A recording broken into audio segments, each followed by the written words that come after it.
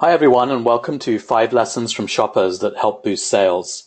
My name's Wasim Ahmad, I'm with Welcome, and I'm joined today by Selena Ragg, who is also with Welcome in charge of growth marketing, and she's joining us from London, and I'm in New York. So today we're going to spend a little bit of time talking about some things that we have discovered from our customers, but in particular from the shoppers that are actually on retail sites, on brand sites, buying stuff, and what we can learn from those shoppers that will help optimize different aspects of the business to boost sales. So that's kind of the goal of today's session. We have 5 key data points that we've gleaned from looking at a lot of consumer data and some insights that come out of that. So let's go ahead and Selena, let's talk about shopping and consumers. There's a bunch of stuff that's changed. What's going on? Sure, great. Thanks, Wasim. So with shoppers, what we're seeing is that they really know what they want. And because of this, they're growing sort of more increasingly impatient when searching for things. And we find that they're really kind of spending no more than 5 minutes on a site before switching to another retailer website in order to search for information or products if they can't find what they're looking for.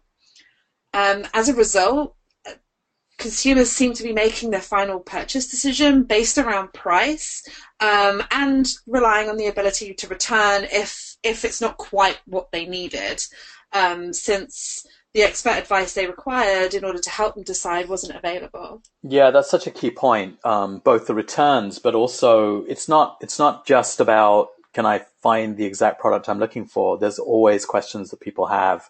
Right. And if there's no mechanism to get that information, those questions answered and get a hold of that information, you kind of move on in the hope that you might find something somewhere else. So super interesting. And then I think the other really interesting trend is about mobile. I mean, pretty much everything, how we consume content, how we look at Facebook, how we get recommendations of what to buy is coming in via mobile. But buying on a mobile device, other than in a couple of very specific cases, is still frustrating. It's complicated. You never quite know, is it going to go through? And so I know what I do is I kind of do my discovery. I'm on the subway, I'm looking at something, but then I wait till I get back to a laptop on the internet or a tablet or something where I can see, have an experience that I'm more used to, Yeah. to actually to actually do the purchase.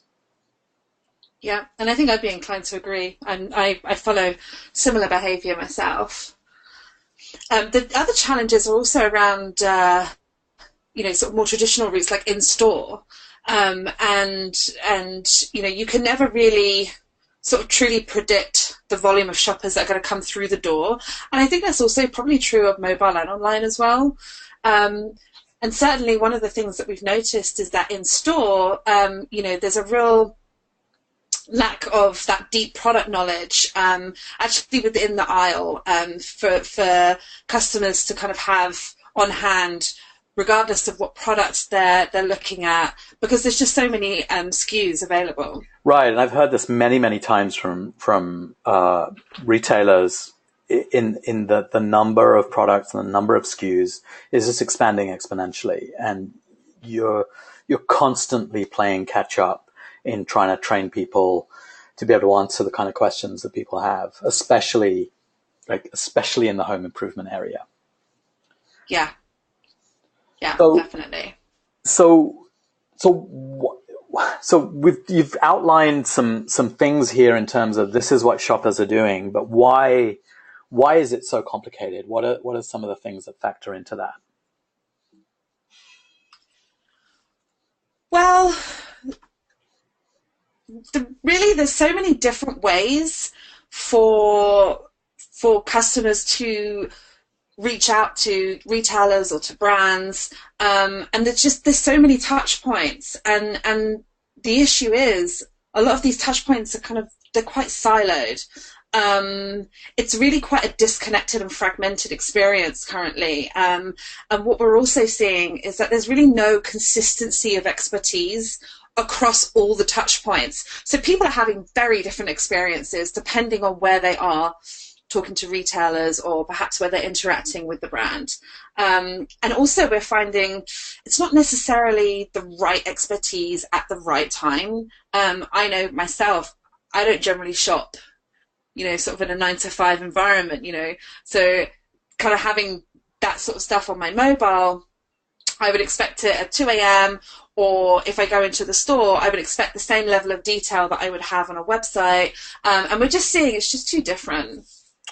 Yeah, so we're going to talk about actually what time do people shop in a minute, but I think like what you said is really important, right? That there's an ever expanding array of interactions with consumers, and the resulting interactions are with people that are spread out in different places with different levels of expertise. So it might be the store associate, it might be the call center person, but they're Yeah. not able to deliver a consistent experience. And in most cases, to be honest, you're not getting the kind of experience that people expect. So I think some of the data that we've gathered from customers and specifically shopper conversations is going to highlight this in the next set of points. So let's look at sort of the first insight, which is all about when do people shop.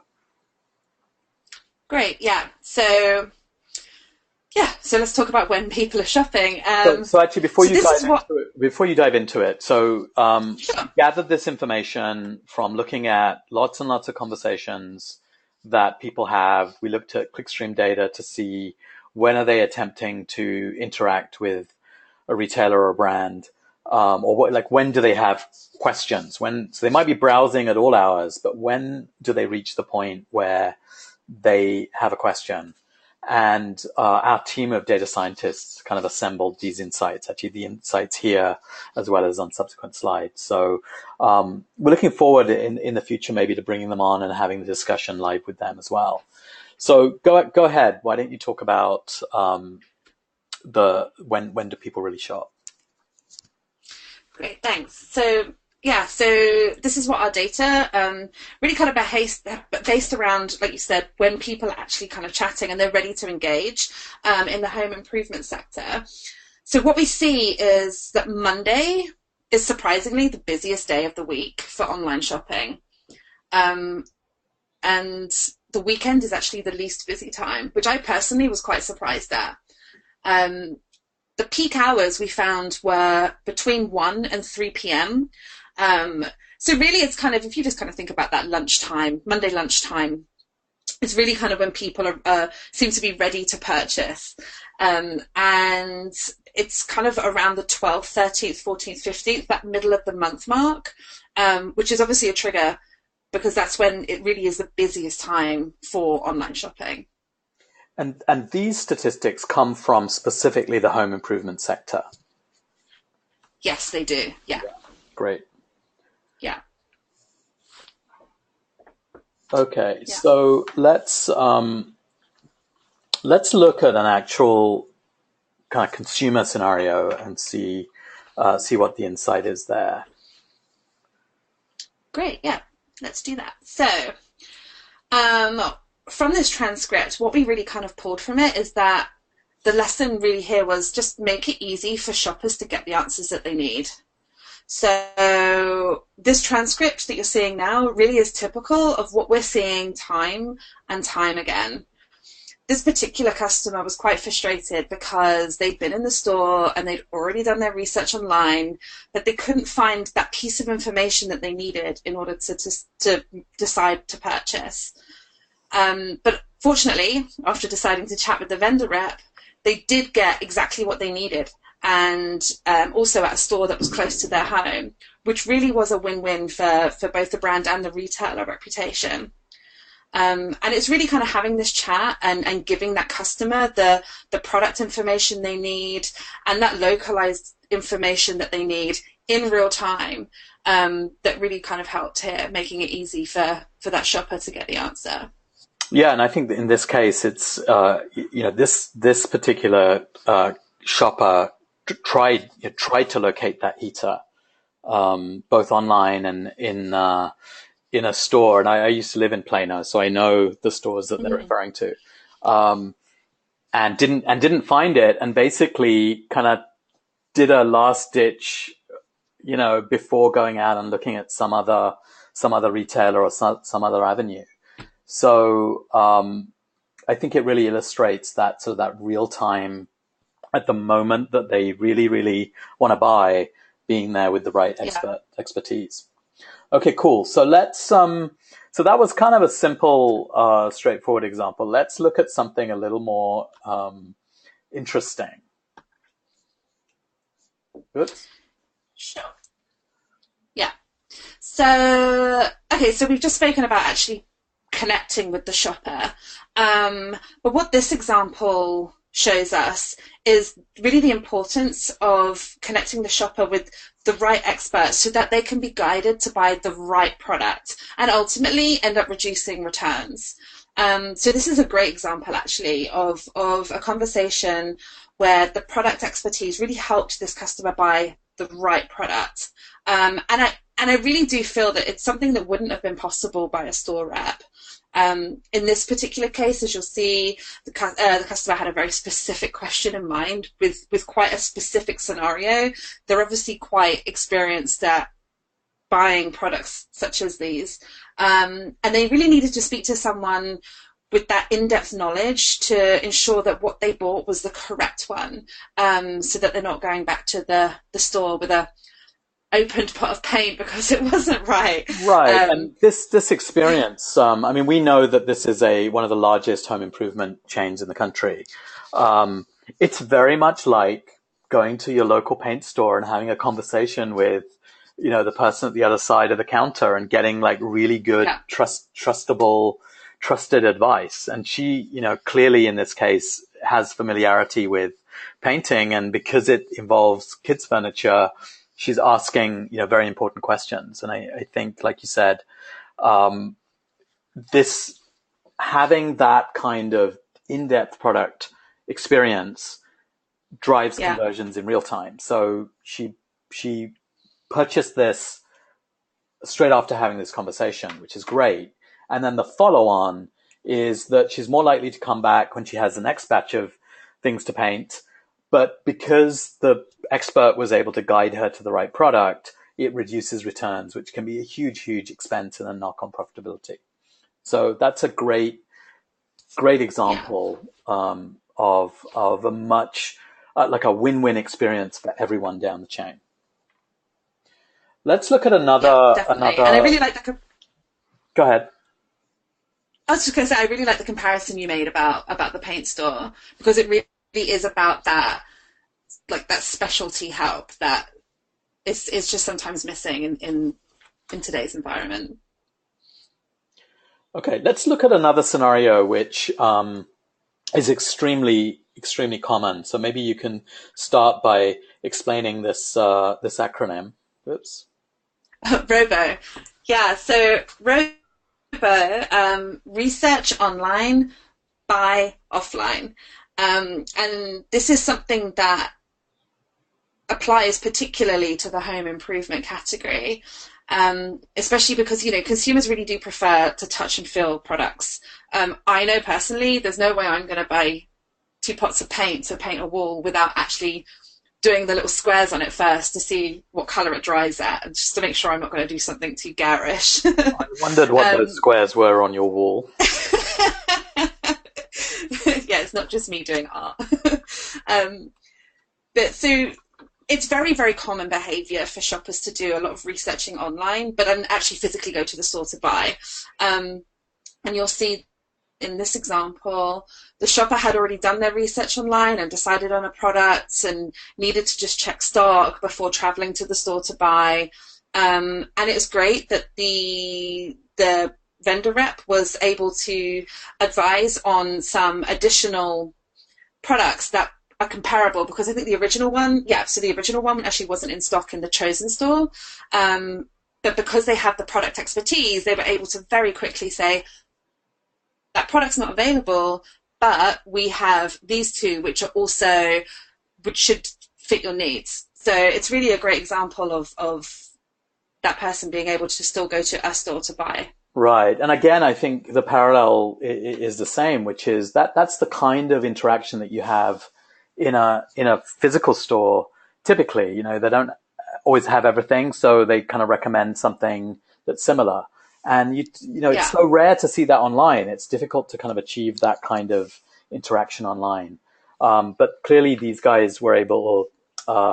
This did he say what his name was? No, it's not Joshua. That was someone no, he else. didn't. Okay, and this particular person achieved that online. But there's something else going on here, which really is interesting, which is when the shopper, when she asks about the return policy on water heaters, the agent from Ream doesn't, is not necessarily going to know the answer because a lot of that is determined by the retailer. Um, Right. so they are able to invite on into the same conversation. They're able to invite carry on from the retailer to kind of talk about that. And the interesting thing is, from a consumer perspective, from the shopper perspective, everything went the way that they expected. They had a question, someone answered it, someone made a recommendation. They had a question about warranty, and it got answered. And it was all seamless in one conversation, nothing weird going on, no transferring, hold while I transfer you. Um, Yeah, both reps had access to all of the whole conversation, so she could kind of get straight to it and answer the question straight away. And I yeah, think that is the thing that is meeting the kinds of expectations that consumers have. And technologically, we know that has up till now been a very difficult thing to achieve. We'll talk about that a little later. Um, yeah. okay, so let's talk about. So you invited a whole bunch of people, and I'm glad that they have shown up today. Thank you. Me too. And for those people who weren't able to show up today at this time, thank you too. We'll be sending you the recorded presentation in a follow up email.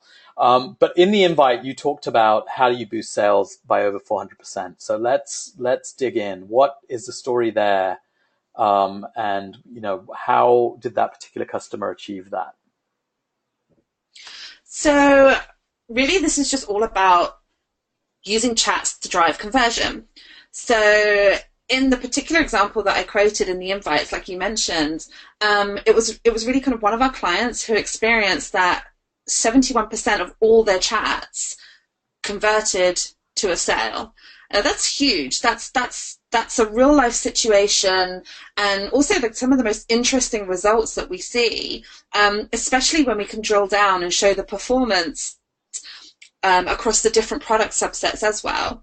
Um, and as part of that, we were also able to tell that those who actually chatted with a product expert for this particular client ended up spending over 400% more than those who didn't.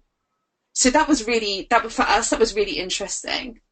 So that's very cool. So I have a question that's coming in, and I do encourage you, if you have questions, send me a question. There's a box that you can type it into, and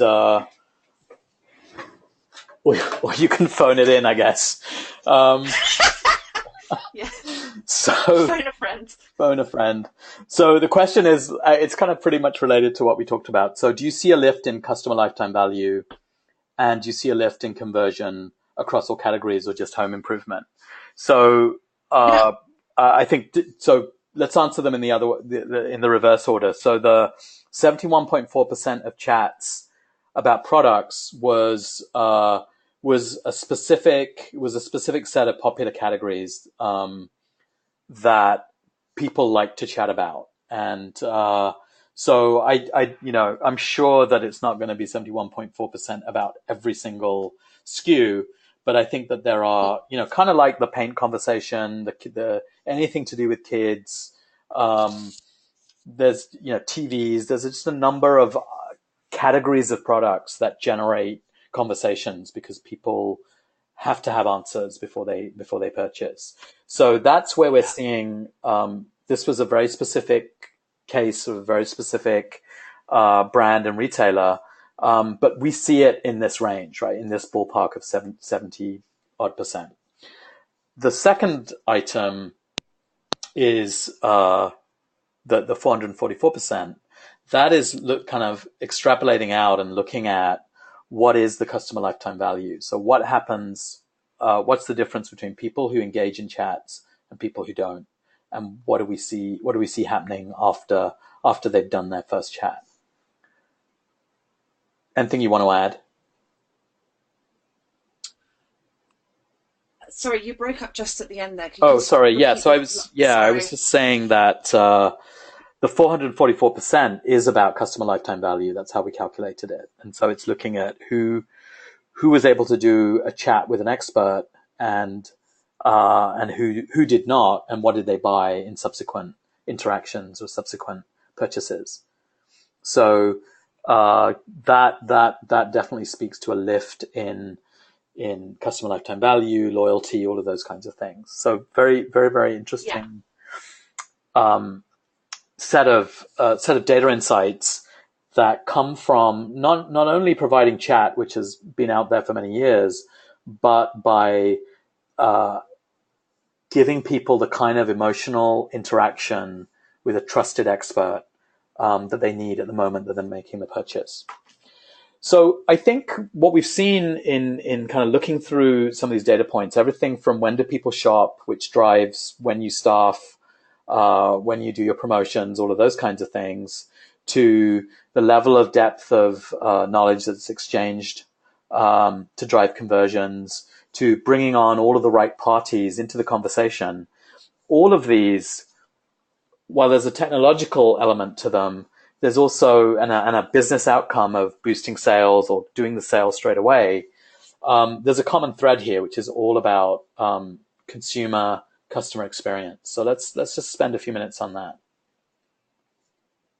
Yeah, sure. So really, our data and also industry research shows that customer experience and that great customer experience really is your competitive advantage. Okay.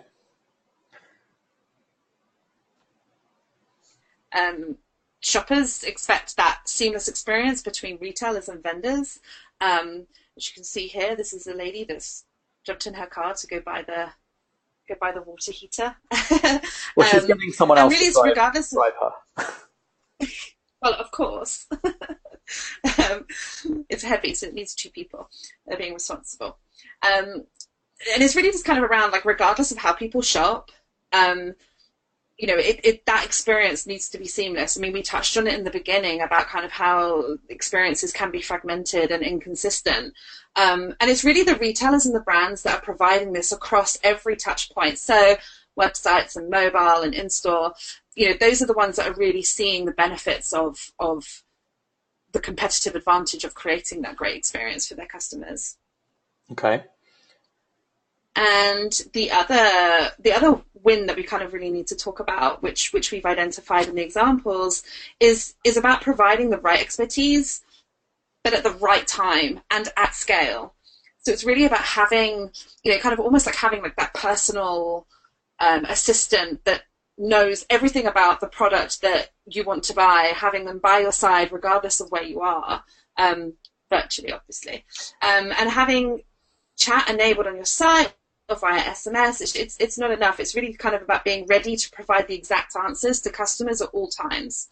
Right, and that also speaks to the mobile element of whether you're walking into the Yeah, store or whether you're somewhere else um, thinking about the purchase, being able to get that information and kind of lining it up for a purchase. Great. Well, yeah, thanks. exactly. Thank you, Selena, for going through the data points that our data scientists assembled. Um, I think it's very important to be able to draw insights directly from the conversations that consumers are having. And so often, everyone has analytics these days, and everyone has clickstream data. Well, not everyone, brands don't have clickstream data. But there's a lot of that stuff around, but what is often missing is the actual substantive substance of the conversations that consumers are having with retailers and Yeah. with brands. And there's so many insights that come out of that. And I'm sure every business leader will tell you that they learn amazing things when they get out of the office, go to the store and talk to real customers. And that's something that you can do, that you can accomplish. So we had very, very representative conversations from the home improvement sector in this particular sequence of data points. I think they all point to some common things that can be used to try to boost sales. So let's spend just a couple of minutes on welcome. So we are here to help you make expertise available wherever it is, retail or brand, to consumers wherever they happen to be. And we are the only solution in the market that is able to put a consumer, a brand expert, and a retailer in a single conversation across all of the evolving touch points that are out there.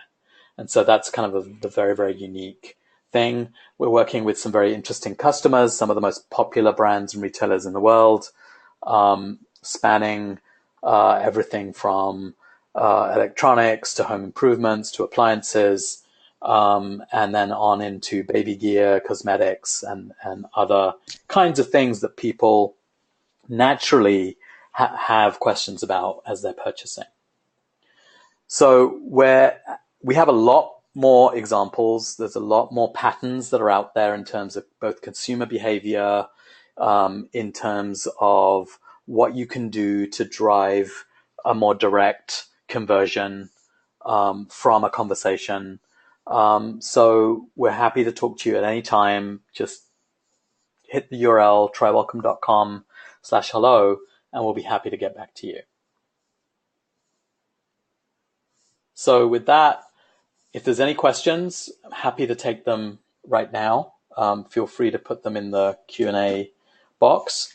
Otherwise, thank you so much for attending, and we're looking forward to doing more of these data-driven seminars where we can sort of highlight and discuss key behavioral and kind of key performance indicators that can show you how to kind of optimize the overall experience for shoppers.